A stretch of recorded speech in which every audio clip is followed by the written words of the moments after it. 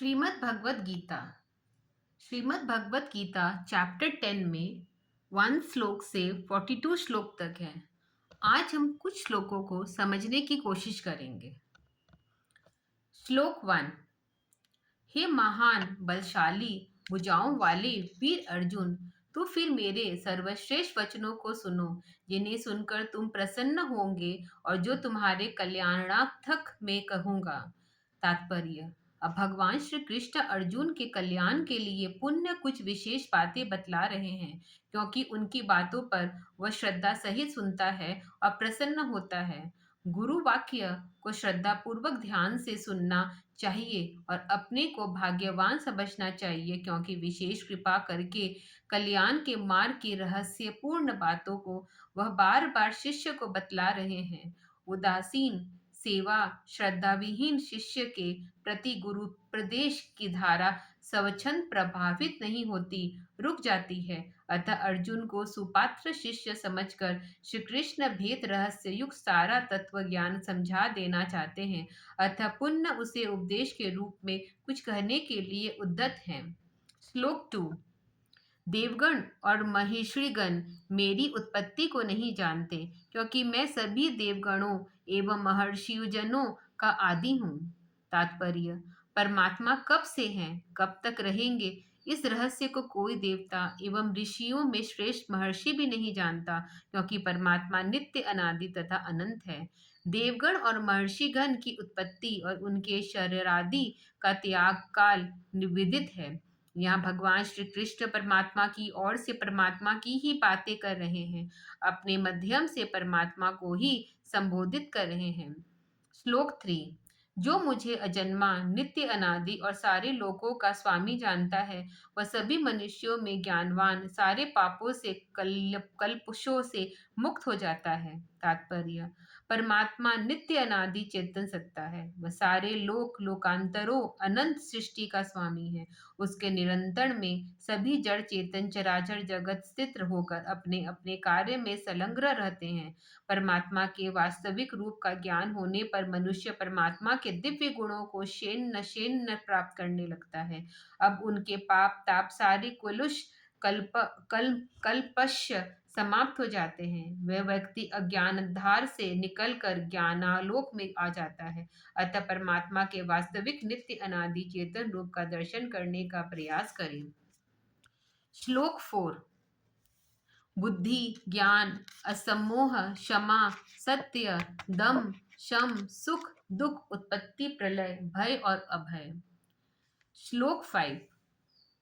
अहिंसा समता संतोष तप दान यश अपयश प्राणियों के ये सभी भाव मुझ में ही पृथक पृथक रूप से होते हैं। तात्पर्य। उपयुक्त सारे भाव प्राणियों की आत्मा के प्रकृति के साथ संबंध होने से उत्पन्न होते हैं। प्रकृति भी अपने वर्तमान रूप में अक्षर ब्रह्म के काम से परमाणुओं के संगठित होने से ही स्थित है। अतः परमात्मा ही उक्त सारे भावों के कारण है। यदि अक्षर ब्रह्म परम अक्षर के ईश्वर के प्रकट नहीं होता, तो परमाणु अपने पूर्व रूप में निष्क्रिय पड़े रहते। श्लोक 6। सप्त महर्षियों और उनके पूर्व में होने वाले 4 अन्य महर्षि सनक सनातन सतकुमार तथा 14 मनु मेरे ही संकल्प से उत्पन्न हुए हैं, जिनकी यह समस्त प्रजा इस लोक में है। तात्पर्य। भृगु मरीचि अंगिरा पुलस्त्य पुलह प्रचेतस और वशिष्ठ ये 7 महर्षि सनक सनातन और सतकुमार हैं। 4 अन्य महर्षि जो सप्त महर्षियों के पूर्व में हुए हैं और संभयामनु सरोवरचित और शतपी तामस रेवत चाक्षुष वेवस्तव सावर्णी दक्षवार्णी ब्रह्म सावर्णी धर्म सावर्णी रुद्र सावर्णी देव सावर्णी और इंद्र सावर्णी ये चतुर्दश मनु परमात्मा के संकल्प पात्र से इस जगत के सर्वप्रथम प्रकट हुए हैं। विश्व के अंदर रहने वाले सभी मनुष्य के ये पूर्व पुरुष रहे हैं। सर्वप्रथम संकल्पिक सृष्टि होती है, तत्पश्चात मैथुनी सृष्टि होने लगती है। श्लोक 7। जो व्यक्ति मेरे योजन इस ऐश्वर्य को यथार्थ रूप में जानता है, वह निष्कंप योग द्वारा युक्त होता है। इसमें निश्चल योग द्वारा युक्त होता है, इसमें संदेह नहीं है। तात्पर्य: जो व्यक्ति मेरे योगज इस ऐश्वर्य को यथार्थ रूप से जानता है, वह निष्कंप योगी द्वारा युक्त होता है, इसमें संशय नहीं है।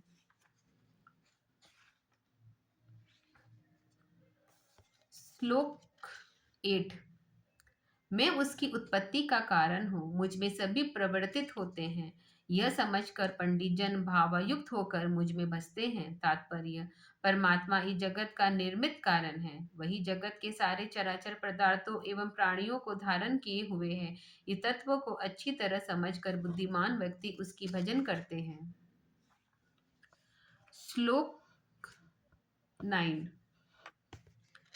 वे मुझ में चित्त तथा प्राणों को लगाकर आपस में मेरा गुणगान करते हुए सदा संतुष्ट और प्रसन्न रहते हैं।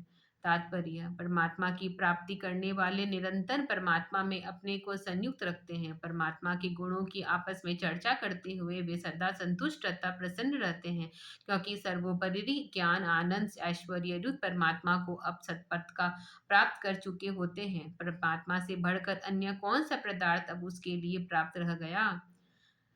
श्लोक 10।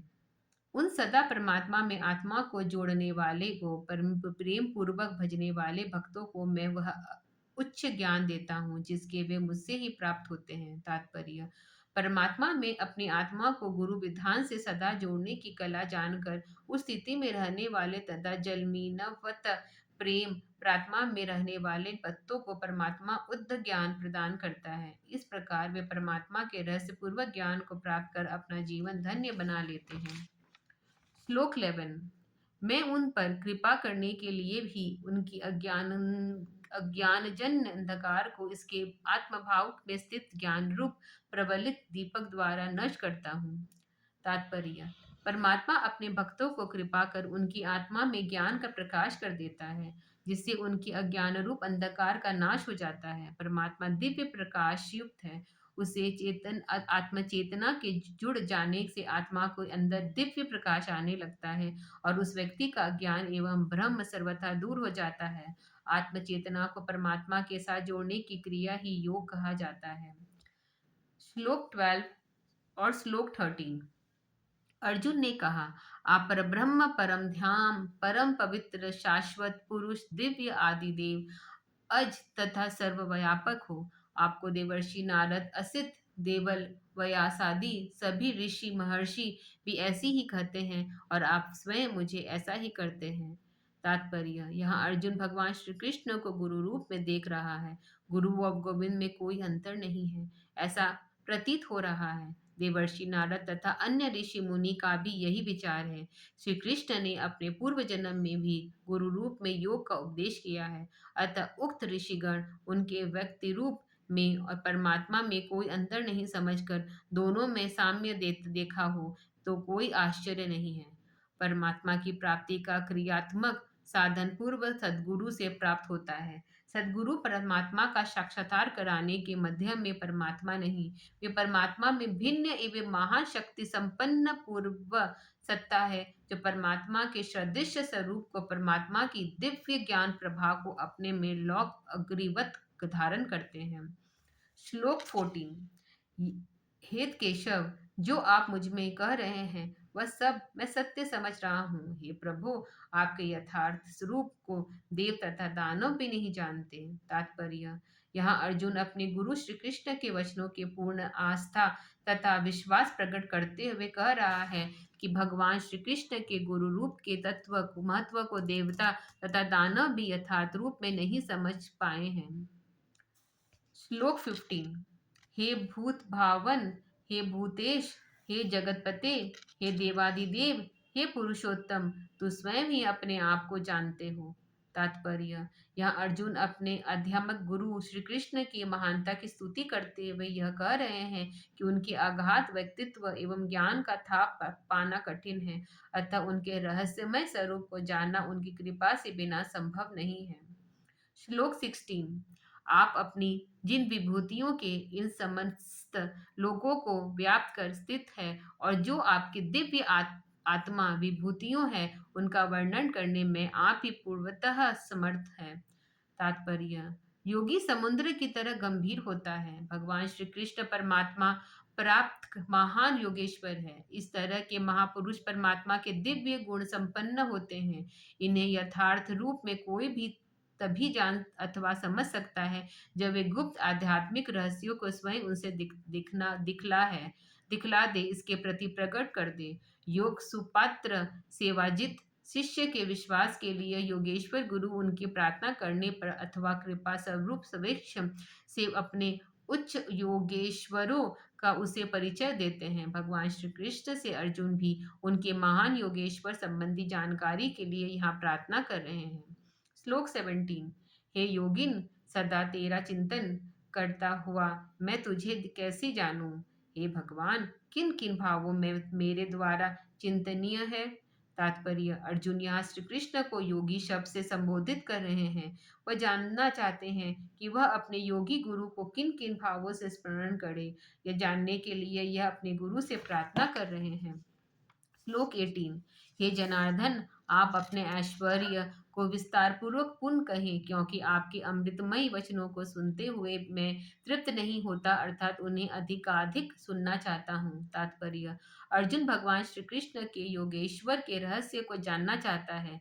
अपने गुरु ही महान योग सामर्थ्य को सुनने और जानने में शिष्य की श्रद्धा अपने गुरु के प्रति और भी दृढ़ होती है। इसलिए विनीत भाव से गुरु से उनके लिए प्रार्थना यदि कोई शिष्य करे तो बुरा नहीं है। श्लोक 19। श्री भगवान ने कहा, हे कुरुश्रेष्ठ, अब मेरे लिए आपकी मुख्य विभूतियों को कहूंगा, क्योंकि मेरे योगेश्वरों का अंत नहीं है। तात्पर्य: अब भगवान श्री कृष्ण अपने अनगिनत योगेश्वरों से प्रमुख का वर्णन यहाँ अपने शिष्य अर्जुन के लिए कर रहे हैं। योगी गुरु परमात्मा की अनंत शक्तियों को धारण करने वाले महान पुरुष होता है, अतः उसकी योजन शक्ति भी अनंत अथाह है। उनका पूर्व रूप से वर्णन वाणी से द्वारा नहीं किया जा सकता। श्लोक 20। हे गुणाकेश, मैं सभी प्राणियों के अंदर स्थित आत्मा हूँ। मैं सभी प्राणियों का आदि मध्य और अंत हूँ।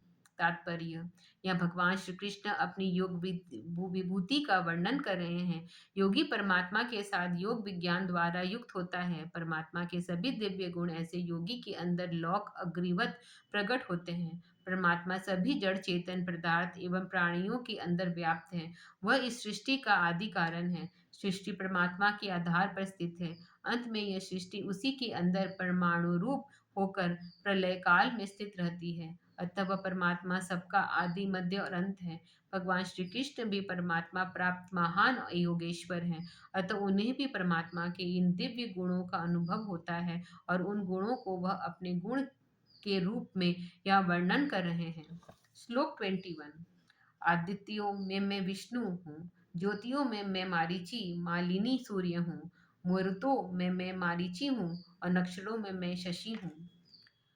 तात्पर्य: उपयुक्त सभी पदार्थों में अधिक शक्तिशाली एवं तेज संपन्न अपने को यहाँ बतलाकर भगवान श्री कृष्ण परमात्मा की महानता एवं सर्वश्रेष्ठता की ओर संकेत कर रहे हैं। श्लोक 22।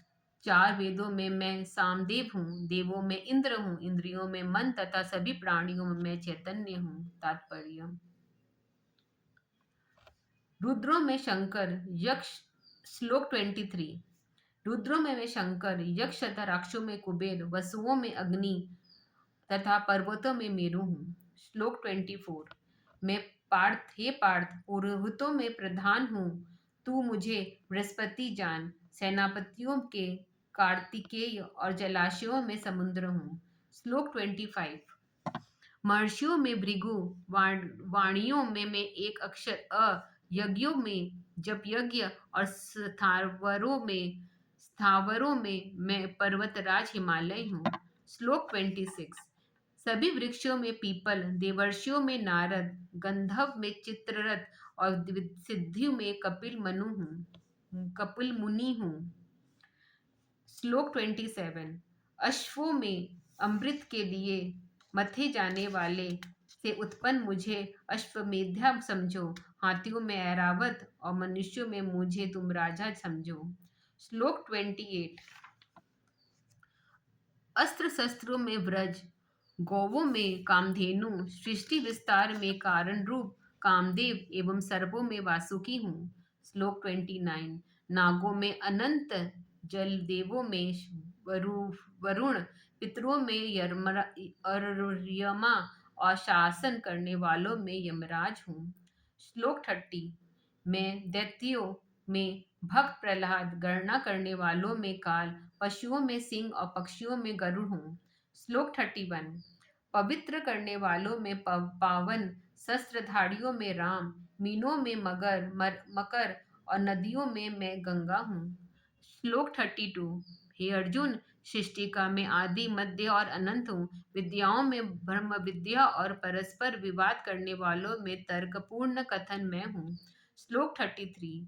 अक्षरों में समासों में द्वंद्व हूँ। मैं ही अविनाशी काल हूँ और सब और मुख वाला हूँ, सबका धारण करने वाला हूँ। श्लोक 34। मैं संहार करने वालों में मृत्यु हूँ, होने वालों में मैं उत्पत्ति हूँ, स्त्रियों में मैं कीर्ति, श्री, वाणी, समृद्धि, मेघा, धृति और क्षमा हूँ। श्लोक 35। साम कायों में मैं बृहस्ताप साम हूँ, छंदों में गायत्री, मासों में मार्गशीर्ष और ऋतुओं में बसंत हूँ।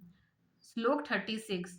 छलने वालों में मैं जुआ हूँ, तेजस्वियों में मैं तेज हूँ, विजय करने वालों में मैं विजय हूँ, अघोक्तियों में मैं उद्योग हूँ और सात्विक पुरुषों में मैं सत्व हूँ। श्लोक 37।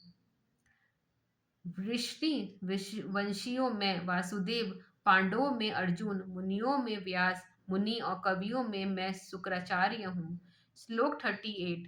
दमन करने वालों में दंड हूँ, विजय की इच्छा करने रखने वालों की नीति हूँ, गोपनीयों में मैं मौन हूँ और ज्ञानियों में मैं ज्ञान हूँ। श्लोक 39। हे अर्जुन, सभी प्राणियों की उत्पत्ति का कारण मैं हूँ, ऐसा कोई चराचर पदार्थ एवं प्राणी नहीं है जो मेरे बिना स्थित रह सके। श्लोक 40। हे शत्रुपातन, मेरी दिव्य विभूतियों का अंत नहीं है। मैंने जो तुम्हें अपनी विकसित विभूतियों का वर्णन किया है वह संक्षेप में ही किया है। श्लोक 41। इस जगत में ऐश्वर्य से युक्त, श्री से युक्त एवं ऐश्वर्य, औदार्य, तेज, तप, दम तथा अन्य सद्गुणों से युक्त जो भी वस्तु विद्यमान है वो सभी मेरे तेज से अंश से उत्पन्न है, ऐसा तुम जानो। श्लोक 42। अथवा हे अर्जुन, तुम्हें इतना सब जानने की क्या आवश्यकता है? इस समस्त जगत में अपने को एक अंश से व्याप्त होकर मैं इसे धारण किया है। तात्पर्य: अर्जुन को भगवान श्री कृष्ण ने ऊपर आए श्लोकों में स्वयं परमात्मा के साथ एकात्मा रूप होते हुए अपने मध्यम से परमात्मा के गुणों का ही वर्णन किया है। गुरु इस जगत में परमात्मा का ही व्यक्त रूप है। अतः अर्जुन को अपने एवं परमात्मा के महत्व के प्रति जागरूक करने के लिए श्री कृष्ण ने उपयुक्त विभूतियों का वर्णन किया है। इस जगत को परमात्मा अपने एक पाद में अक्षर ब्रह्म को प्रकट कर धारण किए हैं। शेष तीन पाद अमृतमय शुद्ध चेतन सर्वोपरि सत्ता है।